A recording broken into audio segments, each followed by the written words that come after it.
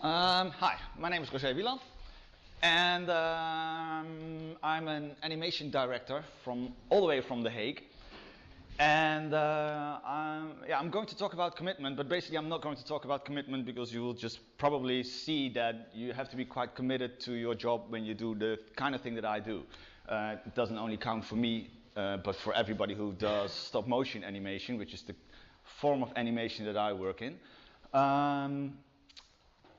Maybe a little bit of background, that is that I graduated as a graphic designer in 2000 in The Hague at art school, and I worked for 2 or 3 years as a graphic designer in various studios, and I found out 2 things during that. One was that I wanted to more work in motion rather than static images, and the other thing was that in those studios it was more about corporate stuff. Like the client needs to be happy, but also the money needs to like float in, and creating really new things or creative things, that was not a big issue. That didn't happen really. And that really didn't make me very happy, so I decided to start working on my own, first as a graphic designer and then more and more as an animator. What you see here is, by the way, a still image of one of the videos that we did. This included a rabbit that could walk on the ceiling. Nowadays I run a studio where I sometimes work all alone, and sometimes we work there with 12 people, 2, 5, whatever. Mostly interns and or freelancers, or people who are first interns and then turn out to be freelancers. And I'm going to first tell you a little bit about the work that we do usually, which is for contractors, for clients that are sometimes really big organizations like FIFA, Starbucks, Lego, that kind of companies. We also do work for really small companies, and sometimes also for ourselves. And I'm going to do the second half of my presentation is about the stuff that we do for ourselves. Usually a project starts like this. I have an idea. This is just really old sketch that I made, like I think it was in 2008 or so.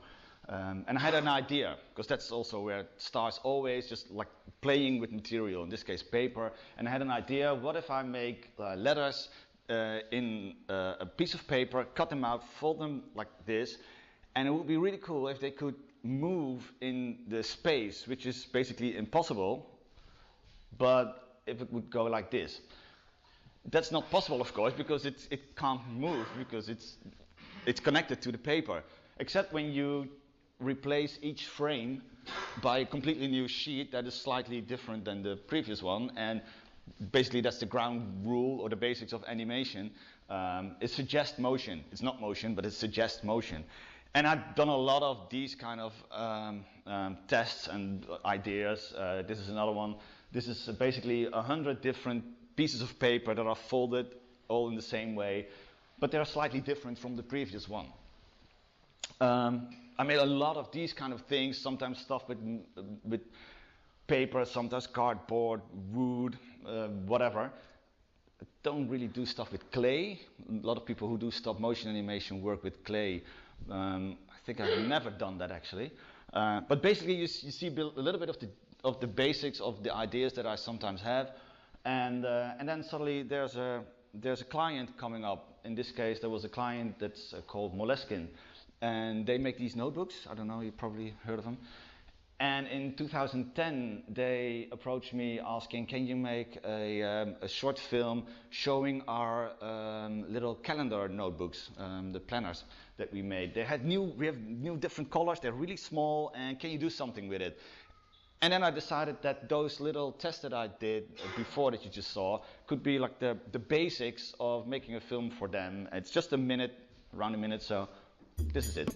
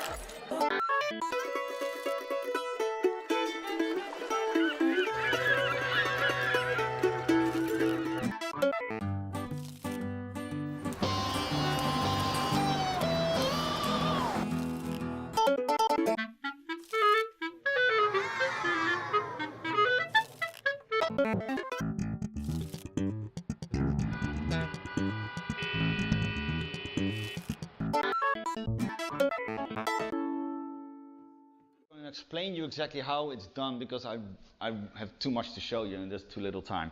But generally what you can see, most of this is cut out by a laser cutter. Some is cut by hand, but most of it is done by a laser cutter. We have one in our studio, which is quite handy because most of our work is done in paper or in wood and yeah. No, I think I'm going to get to that later. But basically, remember there's this machine. This is a corporate project that I've found a way to sort of make it mine and hijack their company to make my art. That's how I try to do it basically all the time. But it doesn't work always. In this case, we talk directly with Moleskine, with these people, Italian people are they, and so they can understand your creative freedom, your wishes and stuff. But most projects that we do involves a lot of art directors, well, basically ad agencies and production companies, and they all have an opinion, they all have a reason to be involved, they all have a reason to make money. And so sometimes you rather work without them than with them. Sometimes with them, but the thing is, we've done this for almost 10 years now, I think, working on all these different projects for creative clients, non-creative clients, and I grabbed them all, put them, squeezed them into 1 minute of film, so you have a little bit of an idea who I am and what it comes from. So this is 1 minute of the work that we have done.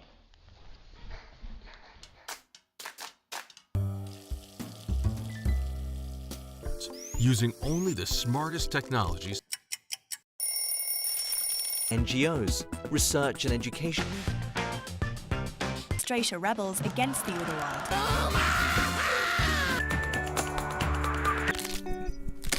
How are we going to survive? Which delivers the freshness. Teilhaber ihrer Bank. Or a drama. And since we're so close, Bankinsolvenzen zu vermeiden. This is the store. Artisan roasters. And Immobilie. Entering the war.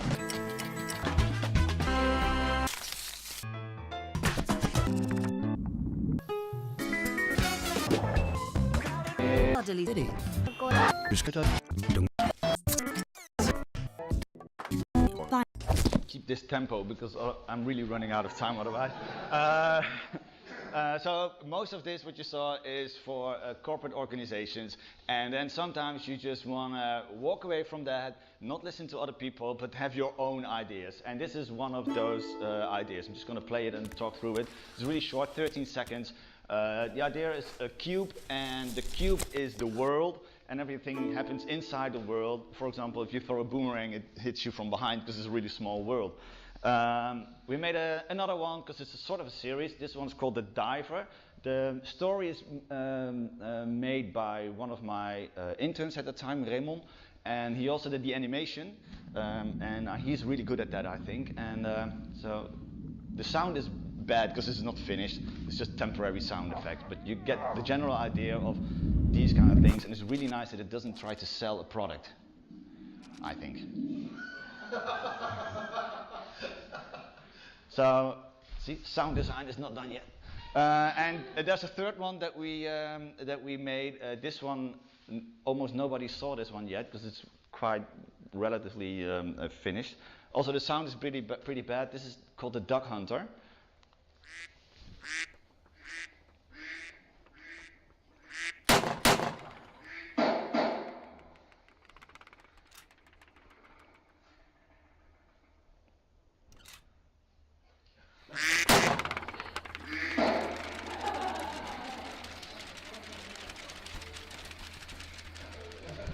To give you an idea of, because we're talking about commitment, right? This is that film.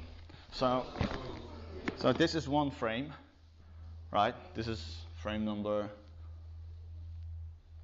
284. And like all these things are frames that are all laser cut, yeah, each frame represents 1/25 of a second of these films. So you have an idea. If you wanna lift it to feel how heavy a stop motion animation is, then you can pick it up. Okay, next thing. This is what I wanted to talk about actually. I hope I still have time.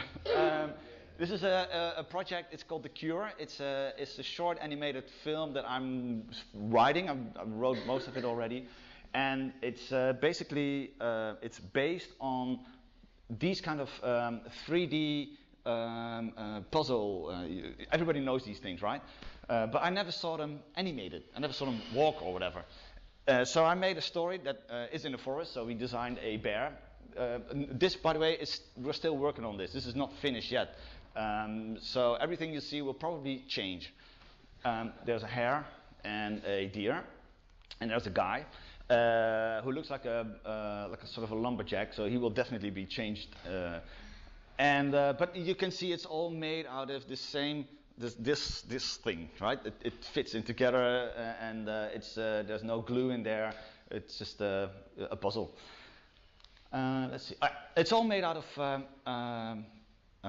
cardboard that has sort of a woody structure, and so you can't bend it. That's the thing. That's because it's also the rules. You can't bend this. So with the laser cutter, we engraved some parts so you can sort of fold it.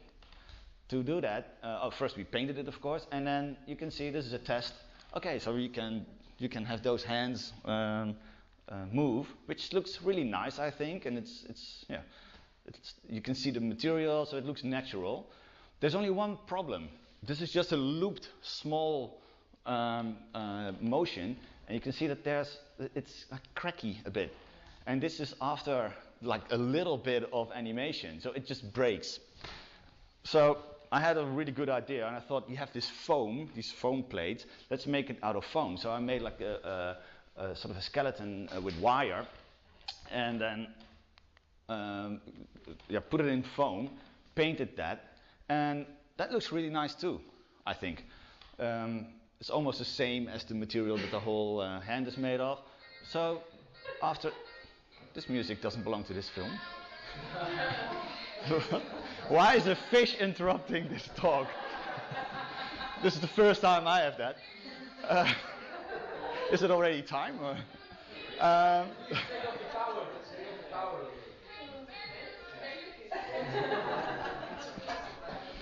Well, there's a first time for everything.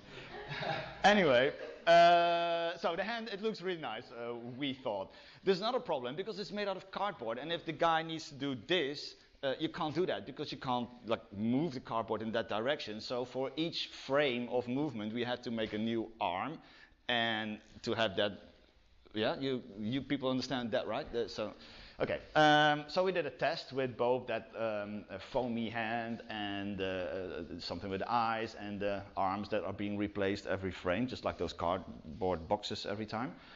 The only thing is that after having a closer look, we saw that the inside of the hand actually looked really bad, and you're going to see the inside because he has to do stuff with his hands. So then plan 3 came, using silicone hands, which is quite often happening in stop motion animation when people work with these clay puppets and stuff that's made of silicone. I never done that, but this is also a first time for everything. So we made a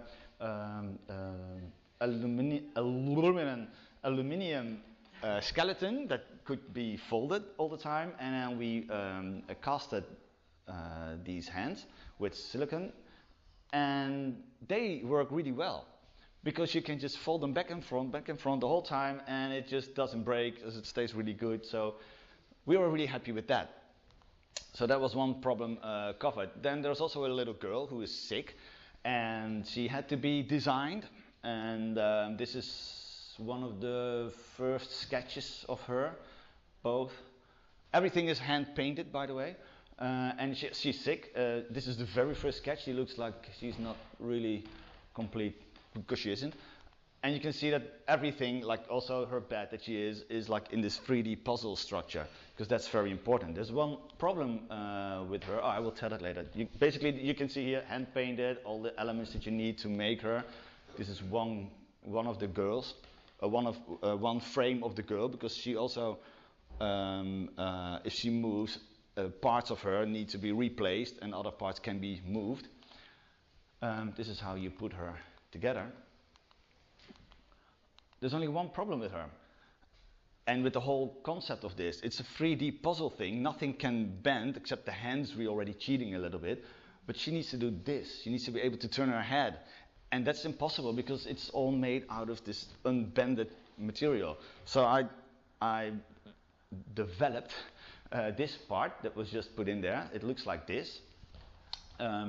And you see this slit over here, and there's one over here. These are two different of these parts. When you put her head in, if you use this one, her head is like this. And when you put her head in here, her head is to the left. So if you have 12 of these things and play them behind each other, so replace them each frame, then this is basically where her head goes in. So if you animate that with her head, it looks like this.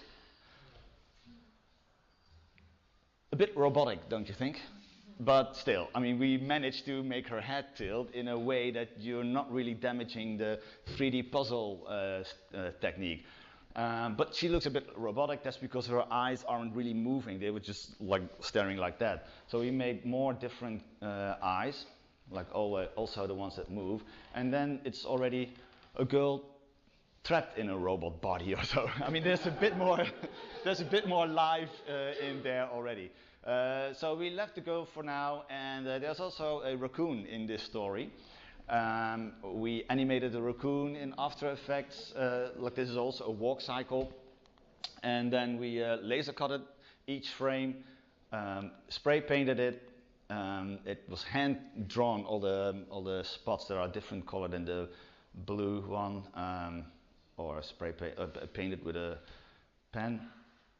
The sides were brushed, very important, and then these are 36 of these raccoons, and this is one walk cycle. This is, by the way, how big this is, so you have an idea. Maybe that helps. And of course there's a forest, because that's where the story takes place. Everything is still in development, so you can see that this is not painted yet. Some of the trees have to be really big. And there's grass and others, like leaves and stuff there. Also handmade, and now you have the idea of how big one of those trees is.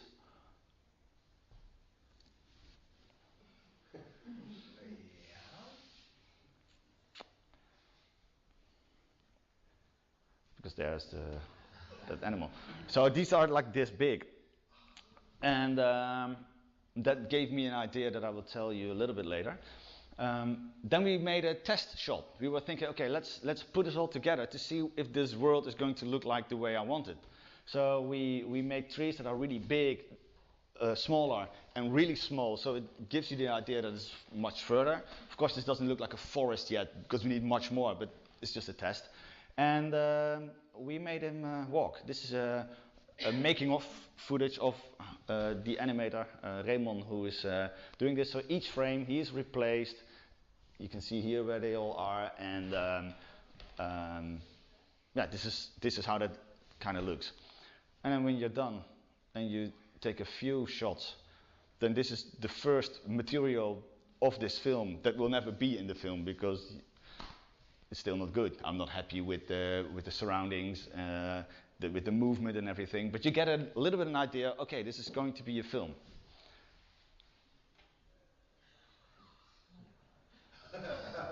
And it looks like that's a very bad guy. Okay, there is another thing. You all have these glasses. You have to put them on your head, and the green needs to be on your left eye.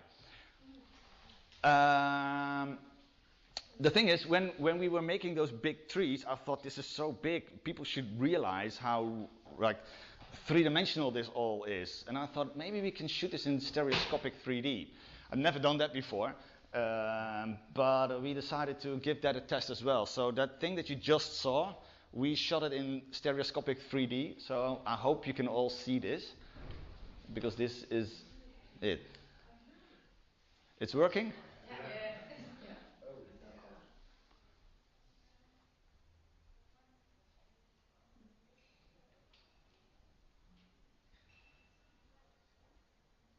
The way you shoot this, by the way, we have the same camera as that we use always, but there's like a small slider that goes to the left and then for your left eye, and then goes to the right for your right eye. And yeah, that's basically how you shoot it. You shoot, instead of shooting every frame just once, you shoot it twice. Basically, that's the whole thing. And okay, that actually is what I was going to tell you. The only thing is that this is not finished, because yeah, the film is not finished, and so I can't show you what you actually looked at, because I think we're still working on it for about a year or so. And therefore I was thinking not to leave you with unfinished business. So we once, a couple of years ago, made a short film for Lego China. And that was a 3-minute film. Got like almost complete freedom, and I kind of like it myself, and I was thinking maybe you guys like to end this whole thing with that film, and this is it. It's a beautiful morning. Everybody is waking up. The birds are swimming in the pool. All moms and dads are going to work. The snake is walking in the zoo. He's looking at the elephant, and he's looking at the lion, and he's looking at the dinosaur. And now he's going home.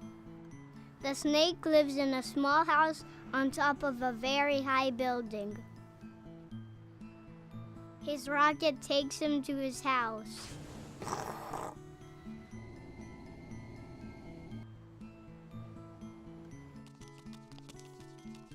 The snake makes lunch, soup and some bread. Then he watches TV. He also likes to look at the view with his binoculars. The farmer is working very hard. Hey, what's that in the distance? Oh no, it's another attack from the gray. The gray swallows everything on its path. We have to save the city. The color wall needs to be switched on. It should protect the city from the attack. Oh no, the birds. I can still save them with my magic sword.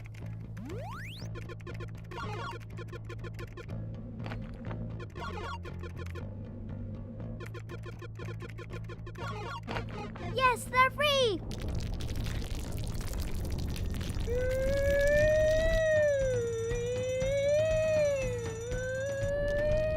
The wall is not going to last long anymore. There's panic in the city. Oh no, the wall is down! The city is lost! And now it's only getting worse. The lion escaped from the zoo. No, the elephant escaped. No, the dinosaur escaped from the zoo. And it's also attacking the city. Rah! How are we going to survive this?